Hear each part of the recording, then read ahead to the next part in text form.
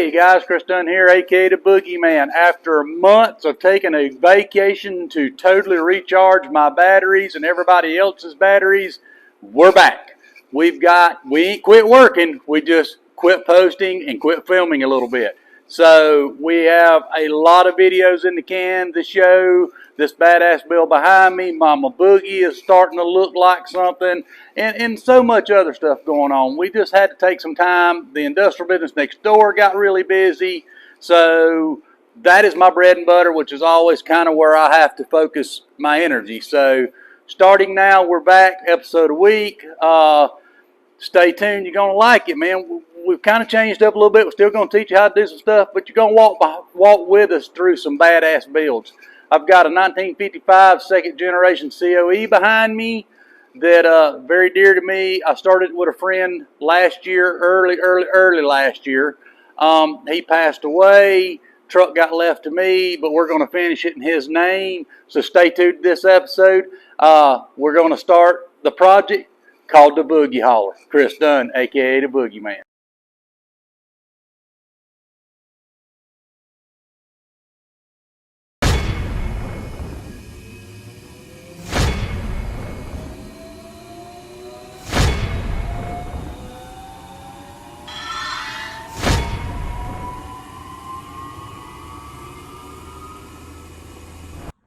Hey guys, Chris Dunn here, aka the Boogie Man. We are working on the Boogie Hauler project. It's Saturday, May the 20-something, I ain't sure. But anyway, I want to walk you around what all we've been doing. This is a 55 COE. This is the second generation of the 55 stuff. It's a badass truck. It's pretty damn cool. I've been working on the chassis in my spare time. We're gonna pull this off the old original chassis. I've cut the bolts loose over here, over there. We're fixing to strap it up. Check it out, it's pretty badass. We're gonna take the mirrors off of it. I'm fixing to strap it up and get the cab off of here and set it on a buggy. So I just want to take a few minutes, show you guys what we're working on, and enjoy. Okay guys, now if you notice, the cab's off. Took the forklift, lifted it off. This is what's left here. An original 265 that I think I'm going to clean up and try to restore and put it on a stand, which would just be cool. We busted the cap, ain't that a little screwed up? But anyway, we've got the cab off, lifted off. Wasn't but 5 bolts that holds it on. I'll show you.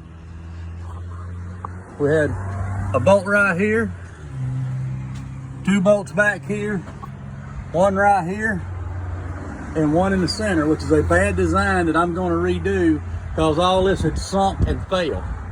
So, and there's a bolt missing right here. I just found seen. We're going to get this thing blasted and start repairing some stuff. Little corner pieces here need to be fixed. All in all though, this thing is in immaculate shape. You know, little bad places here, little sandblasting. We'll get all them corners fixed. Then the good thing is it got so much tar up under it that that helps some. Bolts loose right here. Yep. Okay guys, I'll get back to you on the next step. Now I got it off the cab, I got it on a buggy in the shop. I'm taking it apart a little bit more so I can get it loaded up and off to the acid dippers. So I'm excited to see what it looks like when it gets back. Just got it unloaded back from the acid dippers. They did an awesome job. Few little places that the rust was really heavy that we might have to blast off, but all in all, they did an awesome job. All right, guys, let's talk about our chassis. What we took is a 1996 Winnebago P30 chassis. I narrowed it down by 8 feet off behind the axle. We installed a 12-valve Cummins with a 5-speed manual transmission. This is something I done last year. I really didn't have a lot of videos of me doing it. It was just something I done.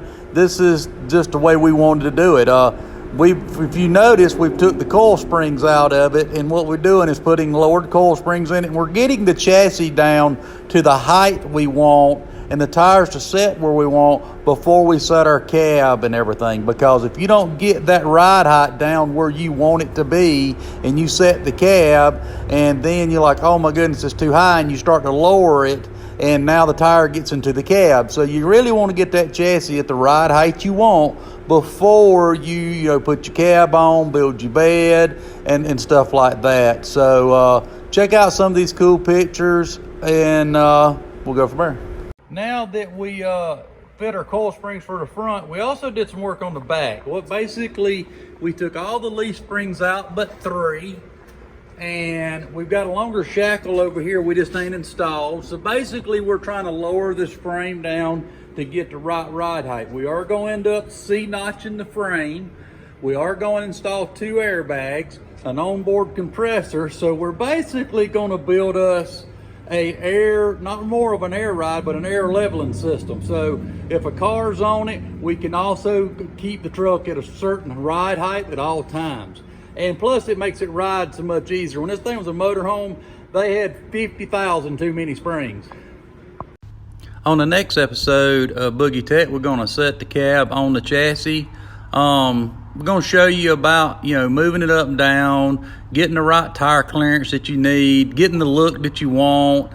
All that's very crucial, and, you can do it right when you set it. Stay tuned to our next episode of Boogie Tech. Chris Dunn, a.k.a. the Boogie Man.